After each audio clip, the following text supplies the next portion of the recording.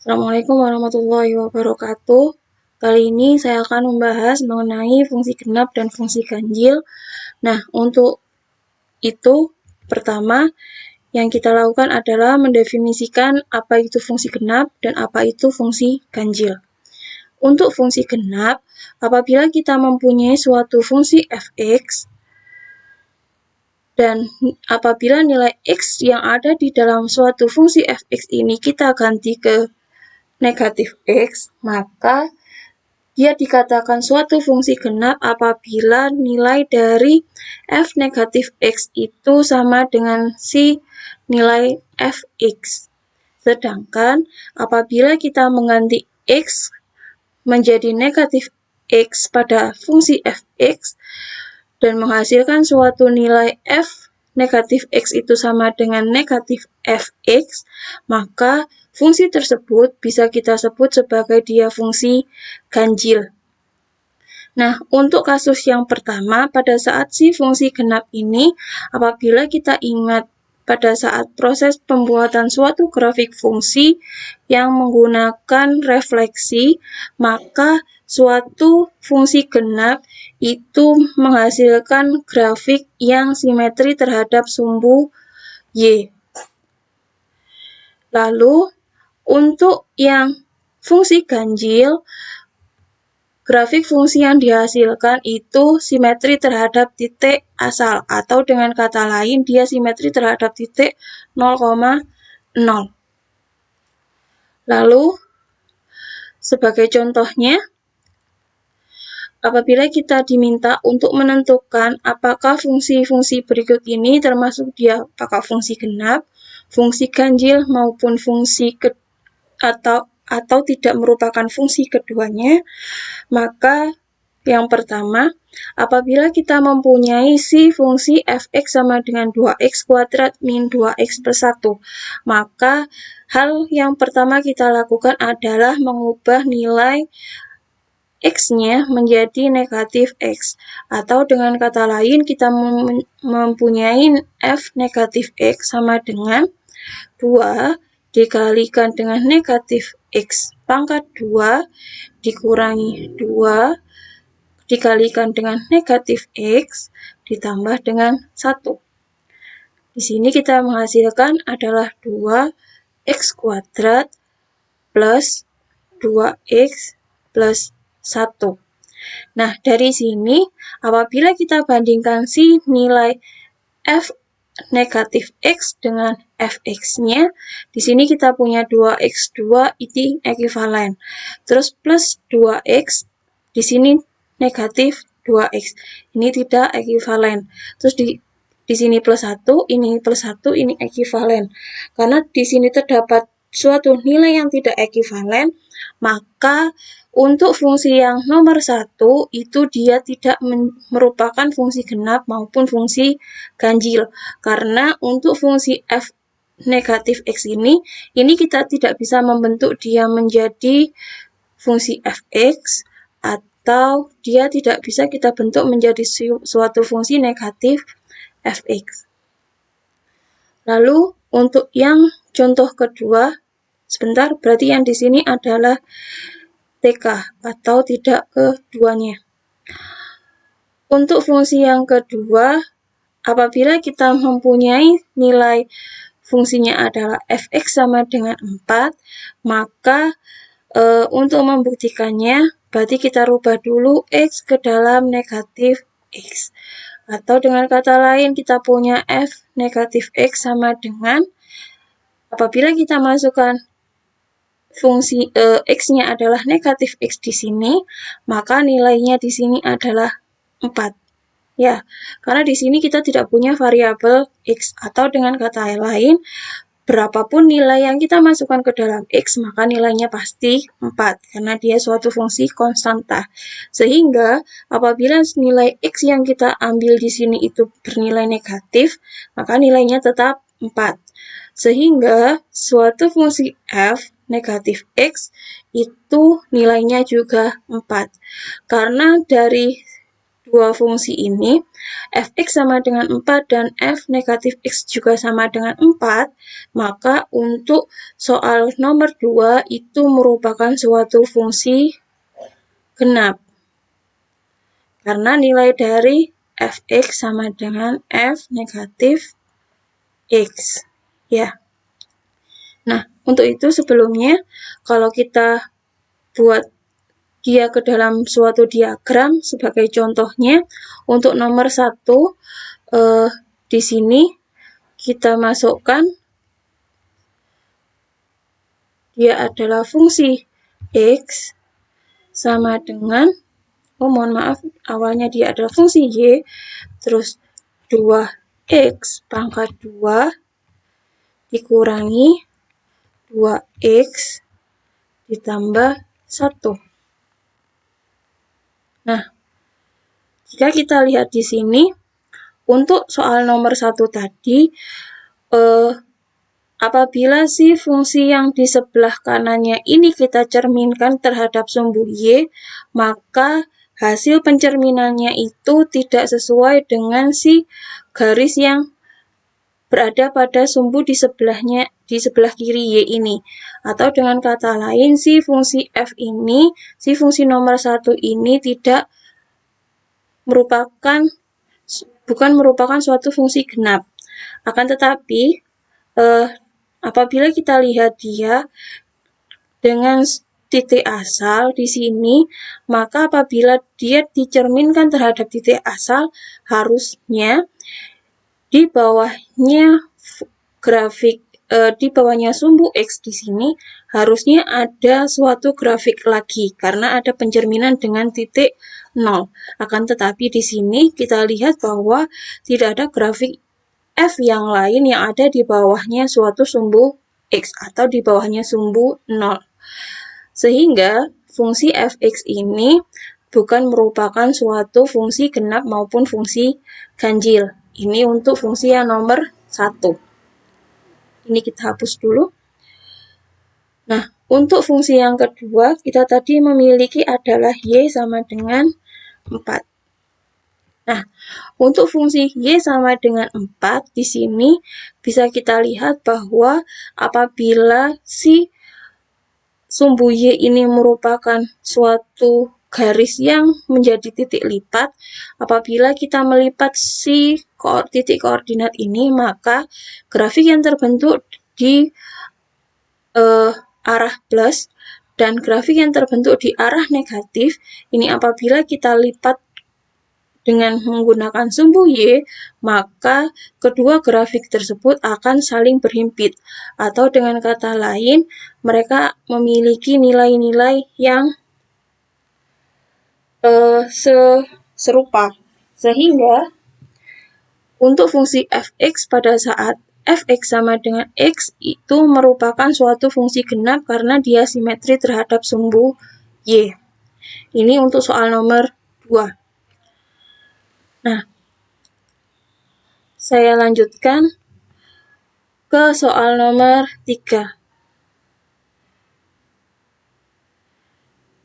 Di sini untuk soal nomor 3, ini sebentar saya hapus dulu.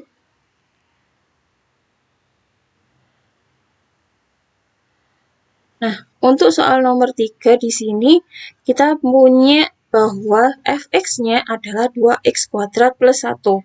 Nah, apabila di sini sama seperti pada proses nomor 1 dan nomor 2, apabila kita mengganti si nilai x ini menjadi f negatif x, maka kita dapatkan adalah 2 dikali negatif x kuadrat ditambah 1. Sehingga di sini kita mendapatkan 2x kuadrat plus 1. Nah, nilai 2x kuadrat plus 1 ini ekivalen dengan nilai si fx.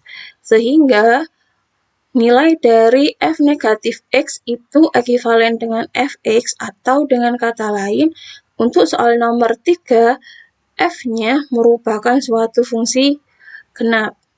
Apabila kita gambarkan di grafik fungsi, itu bisa kita dapatkan dari, ini contohnya x kuadrat ditambah 1. Nah, Untuk hasilnya ini bisa kita lihat bahwa grafik fungsi dari fungsi f ini simetri terhadap sumbu y.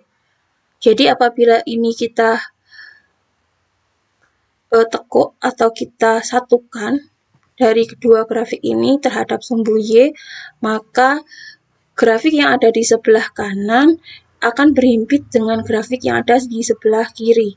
Sehingga dengan kata lain fungsi ini merupakan fungsi yang simetri terhadap sumbu y, atau dia adalah fungsi genap. Nah, untuk nomor 4, saya punya suatu fungsi fx sama dengan x dibagi x kuadrat min 1. Nah, dari sini apabila kita mengganti nilai x-nya itu menjadi f negatif x, maka yang kita dapatkan adalah negatif x dibagi dengan x kuadrat negatif x kuadrat dikurangi 1.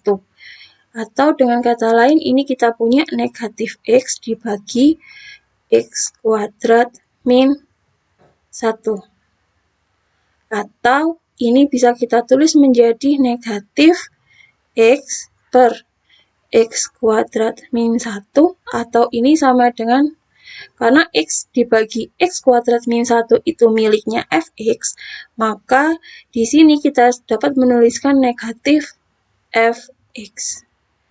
Atau dengan kata lain, karena nilai dari f negatif x itu sama dengan negatif fx, maka fungsi pada soal nomor 4 itu merupakan fungsi ganjil. Sebagai bukti, untuk fungsi nomor 4, apabila kita gambarkan di sini, saya punya di sini tadi adalah fx sama dengan negatif x dibagi x kuadrat ditambah dikurangi 1 ya. Nah, jadi negatif x dibagi x kuadrat dikurangi 1. Nah, grafik yang dihasilkan adalah grafik yang seperti ini. Nah, apabila kita lihat grafik yang ini itu dia simetri terhadap grafik ini. Lalu untuk grafik yang ini itu dia simetri terhadap dengan grafik yang sebelah sini. Atau dengan kata lain, ini mereka simetri terhadap sumbu atau di titik 0,0. Sehingga untuk grafik ini kita sebut dia sebagai suatu fungsi ganjil. Ini untuk soal nomor 4. Untuk soal nomor 5, apabila kita punya fx sama dengan 7x, maka apabila kita melakukan suatu perubahan fungsi fx-nya itu kita ganti jadi f negatif x, maka ini kita dapatkan 7 dikali negatif x, atau dapat dituliskan negatif 7x. Nah, negatif 7x ini juga bisa dituliskan menjadi negatif fx. Sehingga untuk fungsi nomor 5 ini kita sebut dia sebagai fungsi ganjil juga. Sebagai buktinya, di sini 7x. Nah, hasil dari 7x itu grafik lurus di sini yang melewati 0,0, di mana di sini grafik yang ada di atasnya 0,0 apabila dicerminkan terhadap 0,0 dia akan menghasilkan grafik yang ada di bawahnya 0,0 ini. Jadi untuk y sama dengan 7x ini dia simetri terhadap 0,0, atau dengan kata lain fungsi fx sama dengan 7x merupakan suatu fungsi ganjil. Untuk yang nomor 6, kalau saya punya di sini kita punyanya adalah fx sama dengan akar x kuadrat plus 4x. Nah, di sini apabila kita mengganti fx-nya menjadi f negatif x, maka kita dapatkan adalah di sini negatif x kuadrat ditambah 4 negatif x. Ini sama dengan akar x kuadrat dikurangi 4x. Nah, di sini nilai dari akar x kuadrat dikurangi 4x itu kita tidak bisa merubahnya ke dalam bentuk f negatif x sama dengan negatif fx. Ini kita tidak bisa membentuk menjadi ini. Dan juga nilai dari f negatif x ini itu tidak sama dengan nilai dari fx. Sehingga untuk nomor 6 itu dia tidak merupakan fungsi ganjil maupun fungsi genap, atau tidak keduanya. Sebagai bukti untuk yang nomor 6 itu kita punya y sama dengan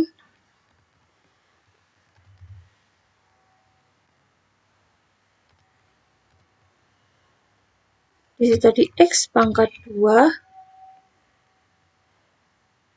ditambah 4x. Ya. Hasilnya adalah grafik ini. Jadi ini bisa kita lihat bahwa si grafik ini itu tidak tercermin terhadap sumbu y maupun dia tidak tercermin terhadap sumbu 0,0. Sehingga grafik untuk pada soal nomor 6 ini dia bukan merupakan suatu fungsi genap maupun fungsi ganjil. Lalu setelah ini kita akan bahas mengenai sifat-sifat dari fungsi genap maupun fungsi ganjil. Untuk sifat yang pertama, apabila suatu fungsi genap kita jumlahkan dengan fungsi genap, maka hasilnya juga fungsi genap. Yang kedua, apabila kita menjumlahkan suatu fungsi ganjil dengan fungsi ganjil, maka hasilnya itu sama dengan fungsi ganjil. Yang ketiga, apabila suatu fungsi genap itu kita jumlahkan dengan fungsi ganjil, maka hasil penjumlahannya itu tidak termasuk ke dalam fungsi genap maupun fungsi ganjil.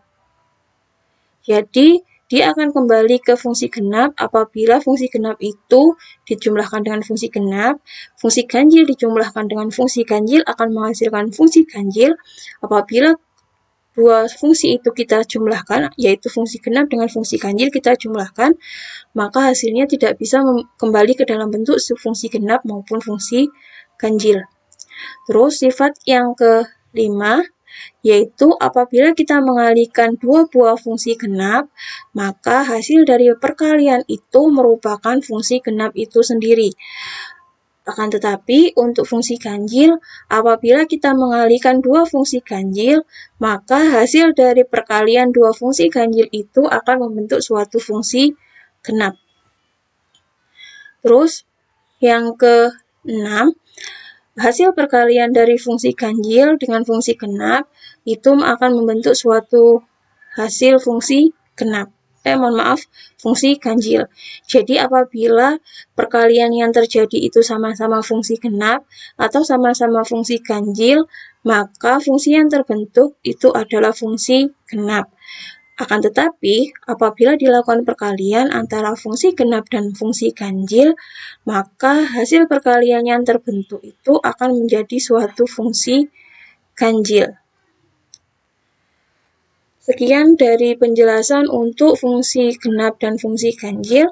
Apabila ada pertanyaan yang lebih lanjut mengenai fungsi genap dan fungsi ganjil, bisa ditanyakan melalui kolom komentar atau melalui message pribadi di DM di YouTube, atau bisa juga apabila kalian merupakan mahasiswa Universitas Adibuana untuk mata kuliah kalkulus 1 dan mata kuliah matematika semester genap tahun 2020-2021, maka kalian silakan bisa menanyakan langsung mengenai fungsi genap maupun fungsi ganjil ini ke WA saya, ya. Sekian atas perhatiannya. Saya akhiri. Assalamualaikum warahmatullahi wabarakatuh.